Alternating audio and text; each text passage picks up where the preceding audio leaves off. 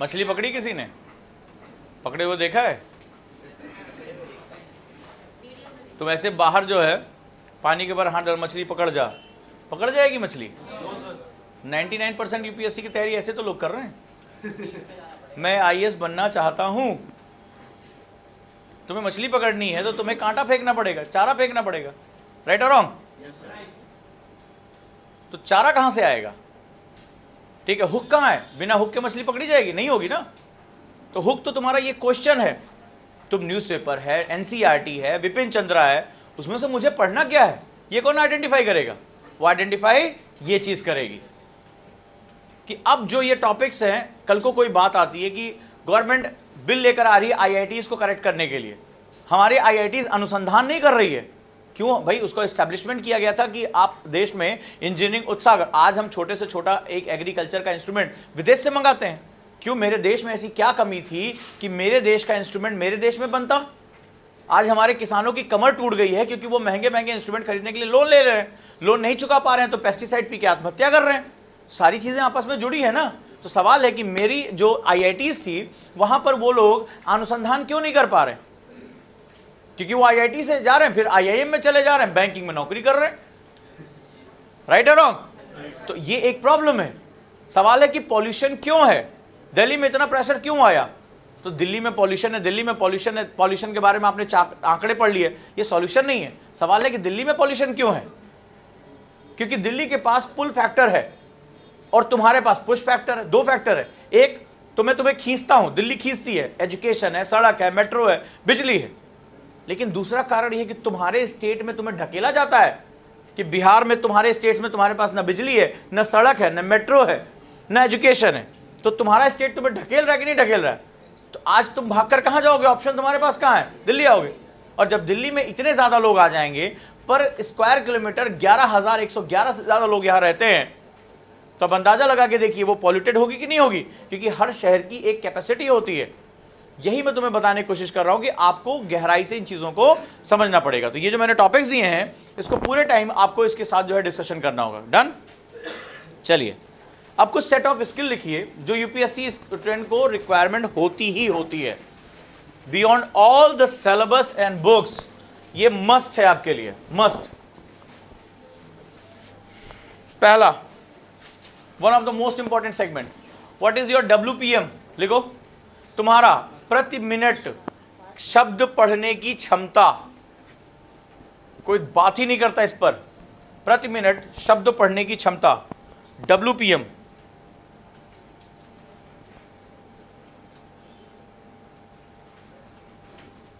कितने लोग जानते हैं डब्ल्यूपीएम के बारे में? एक अच्छे स्टूडेंट को एक मिनट में कितने वर्ड पढ़ने चाहिए? ये तुम्हारे सिलेक्शन में क्यों बहुत बड़ा जो है अंतर पैदा करता है। क्या इसको ट्रेनिंग से बढ़ाया जा सकता है? ठीक है, तो this is one of the important segment. Suppose that आप साहब 100 वर्ड्स पर मिनट पढ़ते हैं, आप 150 वर्ड पर मिनट पढ़ते हैं, कोई बहुत बड़ी बात नहीं है। 50 वर्ड का अंतर है, कोई बहुत पर मिनट कोई बहुत ज़्यादा अंतर नहीं है। लेकिन जरा कैलकुलेट करके देखो, 10 घंटे ये भी पढ़ते हैं, 10 घंटे ये भी पढ़ते हैं, ये इनके वर्ड्स आप कैलकुलेट करके देखोगे, पर डे इनके वर्ड्स इनसे ज़्यादा होंगे कि नहीं होंगे? ये आगे बढ़ जाएंगे। तो जरा एक महीने में और एक साल बाद जरा कैलकुलेट करके देखो, आप अंदाजा लगाओगे कि लगभग ये 15 बुक इनसे ज़्यादा पढ़ जाएंगे, सिंपल एक 50 वर्ड के अंतर की वजह से। या जब ये पहली रीडिंग खत्म कर रहे होंगे तो ये हो सकता है रिवीजन भी कर चुके हों। क्लियर है कि नहीं क्लियर है? तो ये पहली कैपेसिटी है, आपको अपना डब्ल्यूपीएम बढ़ाना पड़ेगा। ठीक है, एवरेज आपके पास 300 से 400 डब्ल्यूपीएम होना चाहिए। सेकेंड, ये एक्यूरेसी लेवल आता है। ठीक है, ये आर्ट ऑफ रीडिंग होती है। आपको ये पता होना चाहिए कि मुझे कहां पर अपनी आई मूवमेंट तेज करनी है और कहां पर धीमे करनी है। पहला स्किल सेट है आपका। ठीक है, एक्यूरेसी। पता क्या चला? अब जैसे इसी बार आप लोगों ने देखा कई बच्चों का इस वजह से प्री नहीं निकला कि उनका सीसैट का पेपर खराब हो गया। सीसैट जबकि क्वालिफाइंग है, केवल 33-40% नंबर लेकर आने हैं, फिर भी क्वालिफाई नहीं हुआ। जीएस में अच्छे मार्क्स थे और नहीं कर पाए, फेल हो गए। कारण क्या था? कंप्रीहेंशन में फंस गए। और कंप्रीहेंशन में क्यों फंसे? क्योंकि वो धीरे धीरे पढ़ रहे थे और इसलिए कि आंसर सही हो जाए इसलिए उन्होंने ज़्यादा टाइम लगा दिया। पेपर का टाइम खत्म हो गया और फिर अंत में उन्होंने क्या किया, जब 20 मिनट बचा जल्दी जल्दी पढ़ के और जो टिक मार सकते थे टिक मारा, निगेटिव मार्किंग हो गई, खत्म हो गए। तो आपको इसका बड़ा ध्यान रखना पड़ेगा कि आपका डब्ल्यूपीएम क्या है। दूसरा सेट, डेवलप फोटोग्राफिक मेमोरी। ठीक है, फोटोग्राफिक मेमोरी, फोटोग्राफिक याददाश्त आपको पैदा करनी होगी। ये अगर आप क्लास को निचोड़ना चाहते हो तो ये सबसे इंपॉर्टेंट है। ठीक है, फोटोग्राफिक मेमोरी का कि जैसे जैसे टीचर आपको क्लास बोर्ड में लिख रहा है वो आपके दिमाग में उसी प्रक्रिया के अंतर्गत आ जाना चाहिए। ठीक है, यानी आप अपनी 2 घंटे की क्लास को निचोड़ कर बाहर कर दो। Next one, multi dimensional reading. ठीक है, बहुआयामी पढ़ाई करने की क्षमता, इसके बारे में मैं और युग सर दोनों लोग बात करेंगे। अपना 30 मिनट आपको इसके लिए देना है per day. Multi dimensional reading, multi dimensional reading का मतलब होता है जो आपका सिलेबस है उसके अतिरिक्त किताबों को पढ़ने की क्षमता। ठीक है, जो चर्चा में चल रही, जो आपकी वैल्यू एडिशन कर सकती है, उसके साथ ये होना चाहिए। ये तीनों चीज़ें आपस में जुड़ी हुई हैं। अगर आपके पास अपनी बुक्स पढ़ने की क्षमता नहीं है तो आप अतिरिक्त बुक कहाँ से पढ़ पाओगे? क्लियर है? तो ये पहला आपके पास रीडिंग स्किल सेट होना चाहिए। दूसरा सेट होता है राइटिंग स्किल सेट। लिखो, लेखन क्षमता, दक्षता, राइटिंग स्किल सेट। 3 तरह की राइटिंग स्किल सेट होते हैं यूपीएससी के लिए। पहला, थॉट मैपिंग बनाना। ठीक है, जिसपे जैसे मैंने ये बनाया हुआ है, मुझे अपना जो ये प्लान करना था तो मैंने क्या किया, इसका थॉट मैपिंग बनाया। कितने मेरे विचार थे, मैंने सबको क्या किया, एक साथ रख दिया। पहला सेट है थॉट मैपिंग बनाना, यानी केंद्रीय विचार उत्पन्न करना, central thought. Next one, structural writing करना, संरचनात्मक लेखन क्षमता विकसित करना, संरचनात्मक लेखन क्षमता विकसित करना, स्ट्रक्चरल राइटिंग।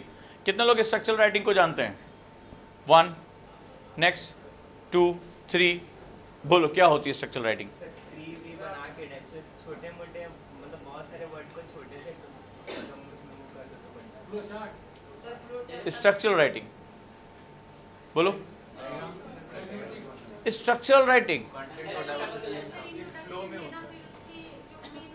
यूपीएससी का नोटिफिकेशन कभी नहीं पढ़ा?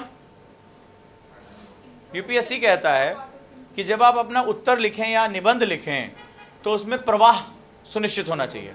स्ट्रक्चरल राइटिंग सबसे बड़ी चुनौती होती है। राइटिंग कोई भी कर सकता है। जैसे आपने राइटिंग करना शुरू किया, अकबर के बारे में लिख रहे थे, लिखते लिखते अचानक से याद है यार हम बताना ही भूल गए पैदा कहाँ हुआ था। फिर अचानक से आप पीछे जाते हैं और राजपूतानों के साथ उसको जोड़ते हैं, फिर वापस आते हैं, फिर बताते हैं अरे यार सब तो बता दिया, इसकी शादी वाला तो फैक्टर ही नहीं बताया। तो यूपीएससी वहीं पे नंबर काट देता है। स्ट्रक्चरल राइटिंग का मतलब होता है जिस समय आपका पेन उठे उस समय मुझे जो है वो इसका जब प्रसंग लिखना है, इसकी बॉडी यानी इसकी व्याख्या और इसका उपसंहार यानी कंक्लूजन, वो फर्स्ट टाइम में ही आपके दिमाग में सेट हो जाना चाहिए। और जो आपका फ्लो ऑफ थॉट है, फ्लो ऑफ थॉट लिख लो इसको, चाहे विचारों का प्रवाह, इसके अंतर्गत लिखो विचारों का प्रवाह।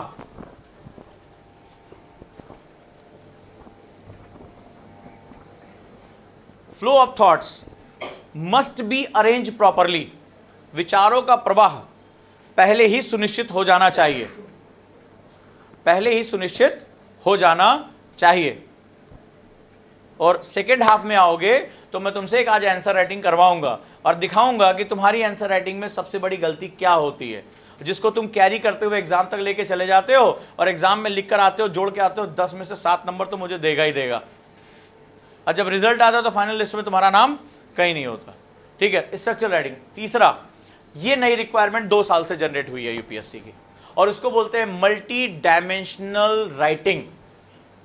लिखो बहुआयामी लेखन, बहुत इंपॉर्टेंट है बहुआयामी लेखन, मल्टी डायमेंशनल राइटिंग। क्या होता है मल्टी डायमेंशनल राइटिंग? शाबाश। अब जैसे एक कैंडिडेट ने आंसर लिखा, उससे पश्चिमी घाट के बारे में पूछा गया, वेस्टर्न घाट, तो उसने बताया कि भाई वेस्टर्न घाट है ये, या ईस्टर्न घाट के बारे में बात हुई, ईस्टर्न घाट कटे फटे हैं, ठीक है, यहाँ डेल्टा बनता है, यहाँ पे नदियों ने घाट को काट दिया। उसने एक पॉइंट और जोड़ दिया कि कटे फटे होने के बावजूद ये बहुत बेनिफिशियरी है, क्योंकि अगर इंटरनेट के वायर्स डालने, इंटरनेट के लाइंस डालनी है तो ये कटे फटे तट जो है वो बहुत अच्छी तरह से काम करेंगे। उसने एक और पॉइंट डाला कि इन कटे फटे तटों की वजह से यहाँ पर जो है आसानी से मार्ग बनाए जा सकते हैं और इन जो है घाटियों को पार किया जा सकता है, दर्रे बनाए जा सकते हैं यहाँ पे। सो आपने देखा कि जो कन्वेंशनल है उसमें कुछ नई चीज़ों को जोड़ देना, यानी कि जब आप आंसर राइटिंग कर रहे हो तो उसके ज़्यादा से ज़्यादा आयाम दो। लिख लो, ये रिसेंट मैथड है, ये पिछले 2 सालों से यूपीएससी में डोमिनेट हो गया है। अब उसी अभ्यर्थी को अच्छे मार्क्स दिए जा रहे हैं जो मल्टी डायमेंशनल राइटिंग कर रहा है। आप कितने ज़्यादा पॉइंट्स इसके अंदर लिख सकते हो। आप लोगों को ये लगता होगा बहुत ही बड़े बड़े पैराग्राफ लिखने पड़ते हैं, नहीं, यूपीएससी आपसे पॉइंट्स भी मांग रहा है कि आप कितने ज़्यादा पॉइंट्स उसके दे सकते हो। अगर कोई क्वेश्चन पूछ रहा है तो उसको कितने तरीके से जोड़ सकते हो, पर्यावरण से कैसे जोड़ सकते हो, इकोनॉमी से, पॉलिटी से, साइंस से, आप कितना ज़्यादा इसको जोड़ सकते हो। This is the challenge. जितना ज़्यादा जोड़ोगे उतने ज़्यादा वो मार्क्स देगा तुम्हें। क्लियर है? तो आंसर राइटिंग में 3 चीज़ें चाहिए। हाँ, पिछली बार जब कुछ क्षेत्रों का टेस्ट हुआ था उसमें हम लिखने बैठे, हमारे पास था बहुत कुछ पर वर्ड लिमिट कम थी। अब अगर उससे हिसाब से देखें तो हम तो 2 ही क्वेश्चन करेंगे। बहुत काम आता है ये, इसीलिए तो तुम्हें ये स्ट्रक्चरल राइटिंग सिखानी थी। ठीक है, तुम्हें स्ट्रक्चरल राइटिंग इसीलिए तो सिखानी थी,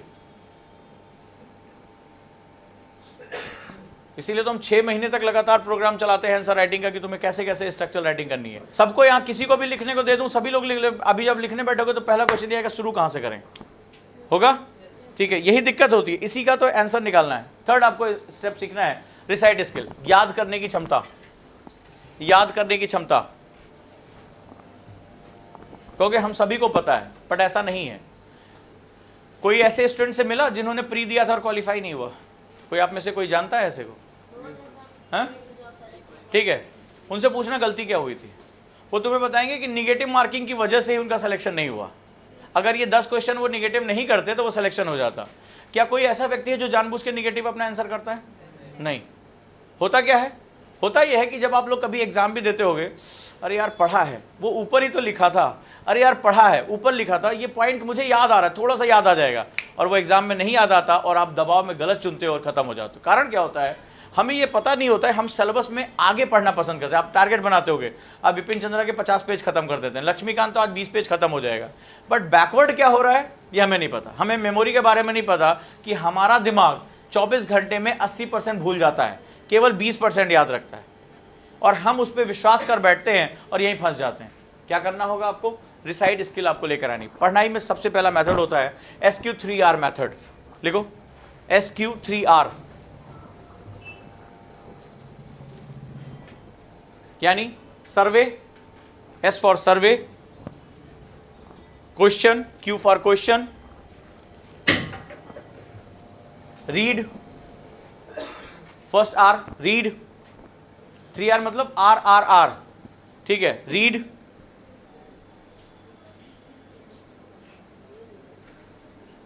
रिसाइट याद करना, रीड माने पढ़ना, रिवाइज दोहराना।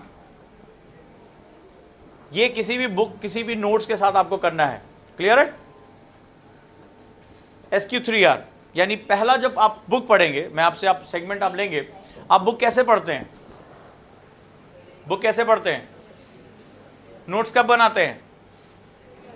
पढ़ते जाते हैं, नोट्स बनाते जाते हैं। सबसे बड़ा मिस्टेक यही होता है। यूपीएससी में जो भी बुक्स होती हैं बहुत डेप्थ के साथ होती हैं। जैसे विपिन चंद्रा की बात करता हूं, विपिन चंद्रा के लिए गांधी एक सेंट्रल थॉट है, ठीक है, आप उसमें पढ़ने बैठे, आप क्या करोगे? पढ़ते जाओगे, उसके नोट्स बनाते जाओगे। पहले आपको ये नहीं पता हो कि नोट्स का मेरा परसेंटेज क्या होना चाहिए। दूसरा, गांधी उसको जो है, जब विपिन चंद्रा बुक को लिख रहे थे तो उन्होंने कई चीज़ों को फ्रैगमेंट कर दिया। एक बार उन्होंने गांधी पे फोकस किया, एक बार उन्होंने संथालों के विद्रोह पे फोकस किया, एक बार उन्होंने विश्व में जो लंदन में चल रहा था, चाहे गोलमेज कॉन्फ्रेंस हो, चाहे उस पर फोकस किया।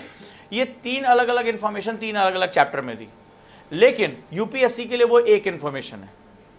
जब गांधी यहाँ देश में कार्यरत थे, जब कार्य कर रहे थे, उसी समय आदिवासियों का विद्रोह भी चल रहा था, और उसी समय विश्व में जो लंदन में जो हलचल थी वो भी चल रही थी। तो यानी ये 3 घटनाएं एक ही पॉइंट का हिस्सा है। आप इसको क्या करते हो? अलग अलग पढ़ते हो, और यहीं पर गलती हो जाती है। जब आप आंसर राइटिंग करते हो तो आपको ये पता नहीं होता है कि मुझे इसमें अपना आउटकम कैसे देना है। क्लियर है? आपको क्या करना है? सबसे पहले जो रीडिंग 1 है, लिख लो इसको, रीडिंग 1 आज से आपको पूरा 1 to लास्ट पढ़ना है, सिर्फ as a novel like reading. लिखो इसको, as a novel like reading. Reading 1 नहीं, नोट्स नहीं बनाने, लिख लो इसको, नोट्स नहीं बनाने हैं। पहली रीडिंग में नोट्स नहीं बनेंगे, याद रखिएगा, डिजास्टर कर लोगे। क्या करना होगा? हाइलाइटर, पेंसिल और स्टिक नोट्स। स्टिक नोट जानते हो, चिपकाए जाते हैं, छोटे से, ये 3 आपको रखने हैं। जब आप पढ़ते जा रहे हो, अगर उसमें आपको कुछ इंटरेस्टिंग लग रहा है कि ये इंपॉर्टेंट हो सकता है, उसको हाईलाइट सिर्फ करना है, ठीक है। और एक पेज पे अगर मान लीजिए एक पूरा पेज है तो उस पर 4-5 लाइन से ज़्यादा हाईलाइट नहीं होना चाहिए, किसी भी हालत में नहीं होना चाहिए। कई लोग क्या करते हैं, हर पॉइंट के नीचे अंडरलाइन कर लेते हैं, दैट्स रिडिकुलस थिंग। और स्टिक नोट आपको रखने हैं। स्टिक नोट पे आपको जो इंपॉर्टेंट पॉइंट है उसको आपको लिख लेना है पेंसिल से, सिर्फ पेंसिल से लिखना है। फर्स्ट रीडिंग में इससे ज़्यादा आप कुछ नहीं करेंगे, कुछ भी नहीं।